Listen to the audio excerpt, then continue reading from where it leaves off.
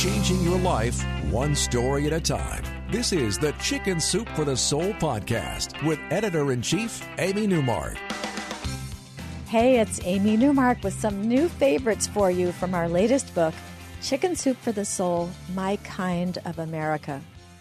One of the topics we've always been passionate about at Chicken Soup for the Soul is immigration and the energy and can-do attitude that immigrants bring to America when they join us here. So I want to share a couple of stories with you today about our new citizens. The first story is from Kelly Bakshi, who tells us that when she and her boyfriend Vishal were contemplating getting married, they needed to have a very important conversation about how they were going to raise their kids.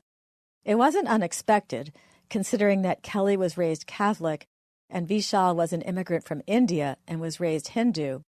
Kelly wasn't all that religious, but she was hoping to have their children baptized, and she hoped that would be okay with him. So she listened with some trepidation when Vishal earnestly told her what was on his mind. And here's what he said. It would really mean a lot to me if we could raise our children to be Buffalo Bills fans. Wait, what? She asked. I'm not joking. Buffalo all the way. You're serious? This is your important talk about how we raise our children? Totally. Okay, she said. Can I baptize them? And then he said, sure, we can teach some about Hinduism too, though, right? And she said, of course. And that settled that. A decade of marriage and 2 sons later, despite living in solid New York Giants country, Vishal has season tickets to the Bills games. And they also pay to stream the Bills away games to their television. Kelly is so proud of Vishal. He moved to the U.S. when he was 4 years old, and he grew up very poor in Buffalo. When he was in middle school, he took on a paper route to help support the family. But despite all that his family suffered, his memories are happy. He recalls his family sitting around the TV, shouting for the Buffalo Bills while his mother cooked Indian food. There weren't many Indian kids who lived in his public housing project, and he didn't have much in common with the American boys, but the Buffalo Bills connected him to his classmates and community. That sports team transcended class, racial, and religious differences. Vishal wasn't the foreign Indian kid. He was a Bills fan, and he was smart, too. He won a scholarship to a prep school, but he had to work with the custodians to clean the school after his classmates went home for the day. Then he went to college. Then he applied to Harvard Business School, and he got in, despite the fact that he hadn't gone and worked for a couple of years first, which is what most people do. So he was one of the youngest students in his class at Harvard Business School. He went in at age 21. And then he had to take out $100,000 in student loans to pay for it. But if you look up Vishal Bakshi now, you'll see that he has made Barron's America's Top Financial Advisors list 5 times. He is a very successful investment manager, and he gives back like crazy, too. He supports a variety of nonprofits. And that's why we have such high regard for immigrants, because like Vishal, they come to this country with hopes and dreams, and they get up and go to achieve them. Now let's talk about how one becomes a citizen. One of my favorite Chicken Soup for the Soul writers, who always seems to have an interesting story to tell us, no matter what the topic, is Eva Carter, herself an immigrant from the former Czechoslovakia. And recently, I got to talk to Eva about what happened when she turned 18. All I ever wanted since I came to the U.S. 10 years earlier was to become a citizen of this country that I love so much. It was my mission. As soon as I turned 18, I applied for naturalization. Eva told me that she applied at the same time as her brother's friend Val. Both their families had fled Czechoslovakia to escape communist oppression, and I asked her what was involved in becoming a citizen. We had to take a written test and a verbal one, and there were 100 questions to study, but we would only be given 10 questions randomly from that list. But we had to get 6 answers right to pass. So I wasn't really worried about myself because I had been a good student. I was concerned about Val, who had never attended school in the U.S. and spoke pretty bad English. So Eva told me that Val, being a typical young man in his 20s, didn't study until the very last minute when he panicked and asked her for her help, and she spent several evenings tutoring him.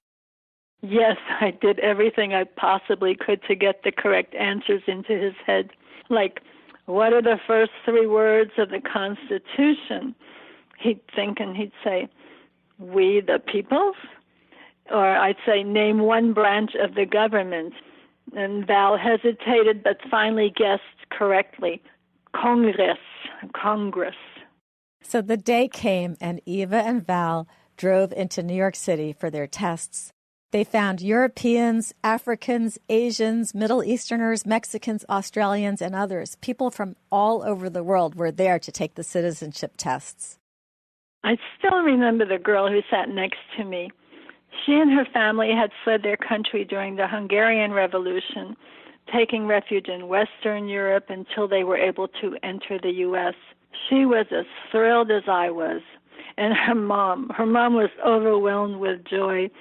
She's wiping her tears discreetly. So we shared our excitement, and I felt as if we were sisters. I still remember her name, Annika. We all had something in common, and we were so grateful for the chance to become Americans. Eva said that Val was called for his test before she was, so she watched him across the room with the immigration officer, and she says that suddenly she heard raucous laughter coming from the officer who was interviewing Val. But Val wasn't laughing, and in fact, he walked back over to Eva, looking baffled. So what happened during Val's test?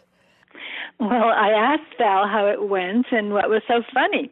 He didn't know. He said the officer asked him who was the first president of the United States. And Val, having studied hard with me, was sure he knew the answer. He responded, "George Washington Bridge," as if it were obvious. Well, after we got our final citizenship papers a month later, we drove back home over that very bridge, singing "God Bless America." Nothing could stop us now.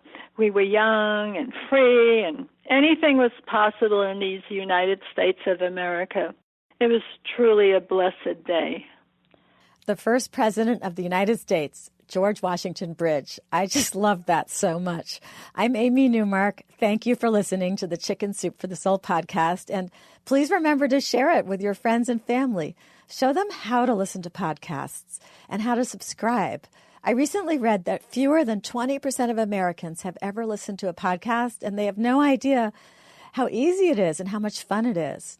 And if you want to learn more about this new book, Chicken Soup for the Soul, My Kind of America, please visit our website, chickensoup.com. While you're there, you can also sign up for one of our free newsletters. You can actually have a Chicken Soup for the Soul story emailed to you every single day, including stories from this new book. Come back Friday for a good dose of self-help with motivational speaker and author Mary Shores. We're going to talk about how to stop negative self-talk and how you can change your language and change your life.